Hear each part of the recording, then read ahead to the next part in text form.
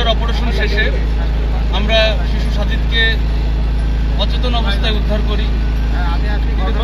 আমরা আসলে কিছুটা বাচ্চার নিথর দেহটা ধরার পরে আমরা একটু ইমোশনাল হয়ে গিয়েছিলাম। আমি আসলে আমাদের এই অপারেশনের শুরুতেই আমি একটু ধন্যবাদ জ্ঞাপন করতে চাই আমাদের ফায়ার সার্ভিস এবং সিভিল ডিফেন্সের সাথে। আপনারা সবসময় ছিলেন, আছেন এবং থাকবেন।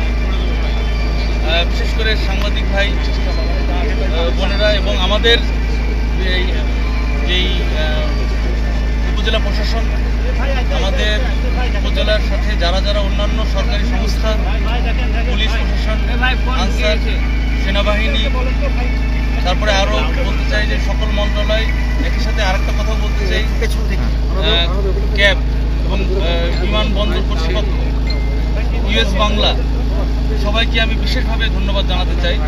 আমাদের সকল ইমার্জেন্সি অপারেশনে আমাদের সবাই সবসময় সর্বাত্মকভাবে আপনারা সহযোগিতা করেন এবং আপনারা সবসময় আমাদের সাথে থাকেন।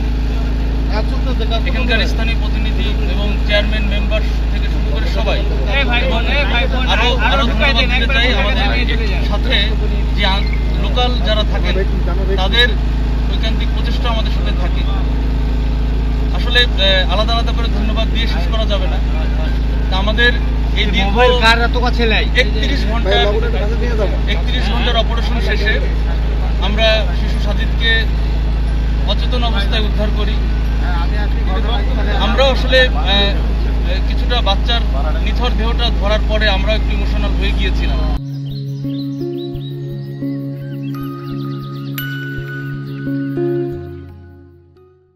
কিছুক্ষণের জন্য, তারপরেও আমরা চেষ্টা করেছি দ্রুত হসপিটালে প্রেরণ করার।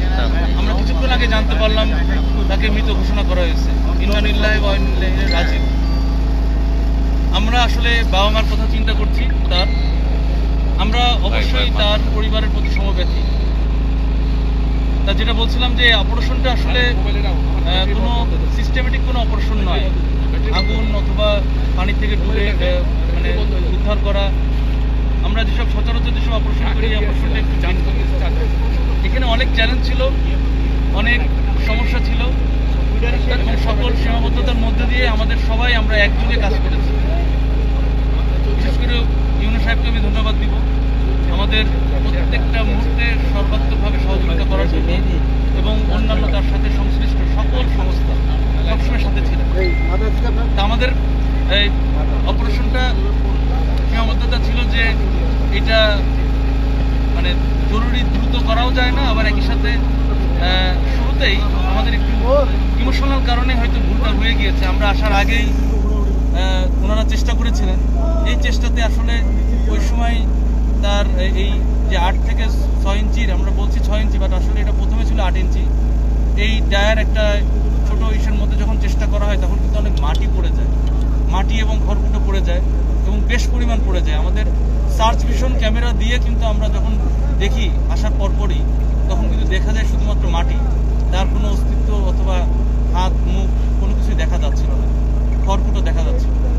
তখনই আমরা আসলে ভয় পেয়ে যাই। তারপরেও আমরা চেষ্টা করি যে আমরা মনে ধরেই নিই যে সার্ভাইবিলিটি ঠিক রেখে যেন আমরা কাজ করি।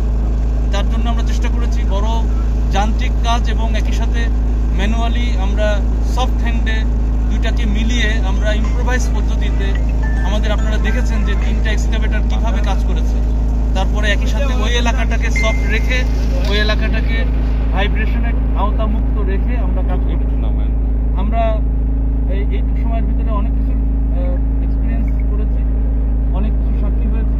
তবে আমরা দিন শেষে এটাই বলতে চাই যে ফায়ার সার্ভিসের সাথে আপনারা সবসময় থাকেন, আপনারা সবসময় ছিলেন এবং ভবিষ্যতেও থাকবেন।